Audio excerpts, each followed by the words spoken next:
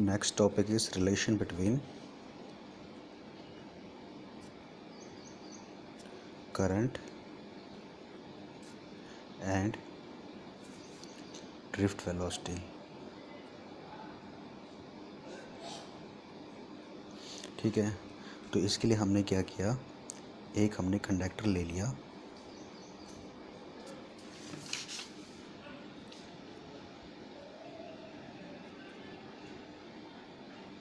ठीक है, जिसकी लेंथ सपोज L है और इसका जो एरिया ऑफ क्रॉस सेक्शन कितना है, A है, और इसको हम क्रॉस हमने कुछ पोटेंशियल अप्लाई कर दिया ऑफ वोल्ट V, इतना वोल्ट का हमने पोटेंशियल दे दिया V के, और इसकी वजह से इसके अंदर इलेक्ट्रिक फील्ड सेटअप हो गई E, और इलेक्ट्रिक फील्ड और पोटेंशियल में क्या रिलेशन होता है, electric field equal two volt per unit length, इतना पोटेंशियल इलेक्ट्रिक फील्ड आ गई। ठीक है, अब इसकी वजह से इलेक्ट्रॉन जो है इस डायरेक्शन में ड्रिफ्ट करने शुरू करेंगे। ठीक है, तो ड्रिफ्ट करेंगे, ड्रिफ्ट वेलोसिटी आ जाएगी, और करंट जब इलेक्ट्रॉन मूव करेंगे तो करंट इस डायरेक्शन में हो जाएगा। तो हमने करंट और ड्रिफ्ट वेलोसिटी में रिलेशन निकालना है। ठीक है, तो जो हमने कंडक्टर लिया था इसका वॉल्यूम कितना है, वॉल्यूम कैसे निकालेंगे, इसकी लेंथ को मल्टीप्लाई कर उसके एरिया से, तो ये तो हो गया इसका वॉल्यूम। ठीक है, अब यहाँ पे क्या करना है, सपोज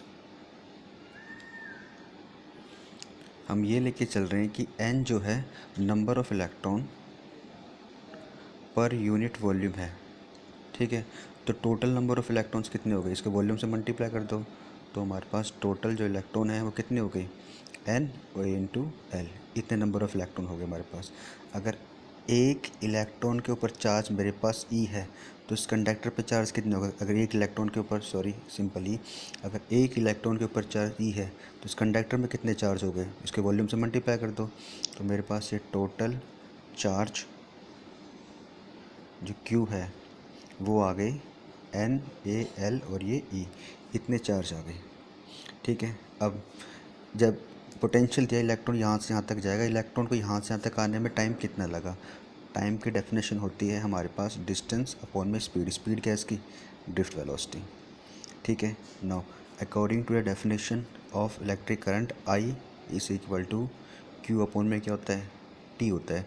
क्यू हमने ये निकाला था एन ए एल और ये ई, और ड्रिफ्ट वेलोसिटी टाइम हमारे पास क्या था, ये था एल, और वी डी चला गया ऊपर, एल से एल कट गया, तो करंट कितना आ गया, एन ई ए और ये वी डी।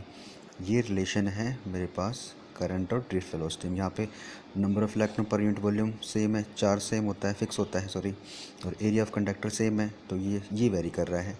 सो जो करंट है वो डायरेक्ट प्रोपोर्शनल किसके, ड्रिफ्ट वेलोसिटी के। ठीक है, दूसरा ड्रिफ्ट वेलोसिटी में पता है क्या होता है, E electric field mass into relaxation time. ये वैल्यू अगर हम यहाँ पुट करते हैं तो करंट मेरे पास बन जाता है एन ई, ये तो इतना था, वी डी की वैल्यू पुट की तो ई, और इलेक्ट्रिक फील्ड टाउ अपॉन में एम, तो ये हो गया n e square a electric field tau upon में एम। ये रिलेशन है in the form of electric field, current और इलेक्ट्रिक फील्ड में। याद आप लोगों को ये याद रखनी है, ये काफ़ी इंपॉर्टेंट है, पेपर में कई बार पूछी गई है, relation between current and drift velocity. अब एक छोटी सी टर्म और आती है, वो है मोबिलिटी। क्या होती है मोबिलिटी, इसको डिनोट करते हैं म्यू से, mobility of electron. Mobility of electron, जैसे हमने इलेक्ट्रिक फील्ड पोटेंशियल दिया, इलेक्ट्रिक सेटअप हुई, इलेक्ट्रिक सेटअप हुई, इलेक्ट्रॉन ने ड्रिफ्ट किया, तो मोबिलिटी और इलेक्ट्रिक फील्ड सेटअप मोबिलिटी होती है drift velocity acquire by the electron per unit strength of electric field. जितनी हमने स्ट्रेंथ इलेक्ट्रिक फील्ड दी तो कितनी उसने ड्रिफ्ट वेलोसिटी एक्वायर की, वो क्या होगी उस इलेक्ट्रॉन की मोबिलिटी। ठीक है, वी डी अभी बताया था, वी डी हमारे पास क्या होता है, E charge electric field tau upon में एम। अगर ये वैल्यू मैं यहाँ पुट करता हूँ तो म्यू मेरे पास हो जाता है ई से कैंसिल हो गया, टाउ अपॉन में M.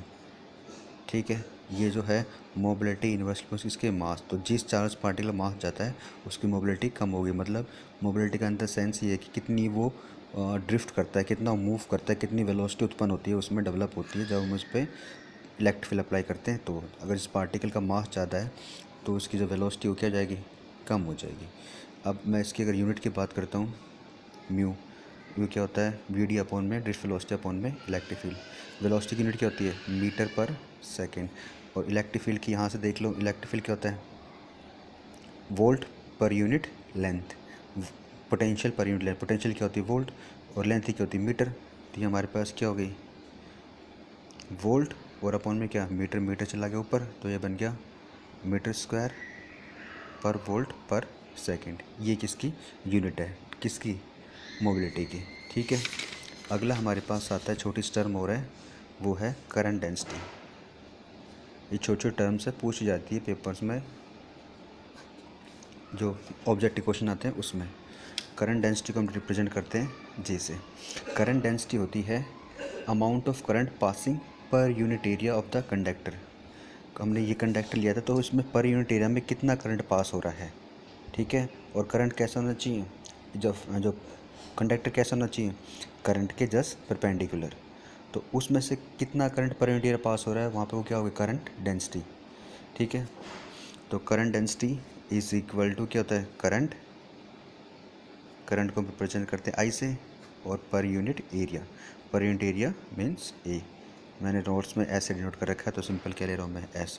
So oh current density is the amount of current passing per unit area of the conductor. और कंडक्टर कैसा है, perpendicular to the flow of charge upon में एस। इसकी यूनिट क्या होती है, करंट की बता रखी एम्पियर, एरिया क्या होती है मीटर स्क्वायर। तो क्या बन गई, एम्पियर पर मीटर स्क्वायर। अब करंट डेंसिटी, करंट पर यूनिट एरिया, ये एक वेक्टर क्वांटिटी है। जो करंट है वो सिंपल क्या है, स्केलर है, लेकिन करंट डेंसिटी क्या है, वेक्टर क्वांटिटी। उसकी डायरेक्शन वही रहेगी जो डायरेक्शन किसकी, कन्वेंशनल करंट की, नॉट इलेक्ट्रॉनिक करंट, किसकी, कन्वेंशनल करंट। कन्वेंशनल करंट क्या होता है, पॉजिटिव चार्ज, मतलब जो इलेक्ट्रिक फील्ड की डायरेक्शन है वही क्या है, करंट डेंसिटी की डायरेक्शन है। ठीक है, अगर इसके डायमेंशनल फॉर्मूले की बात करते हैं, तो करंट क्या होता है, ए अपॉन में ए इंटू टी, और एरिया क्या होती है, एल स्क्वायर। ऊपर चला गया तो ये कितना, मास 0 है इसके अंदर, L -2 और A और ये T। ठीक है, यहाँ 1, ये है करंट डेंसिटी।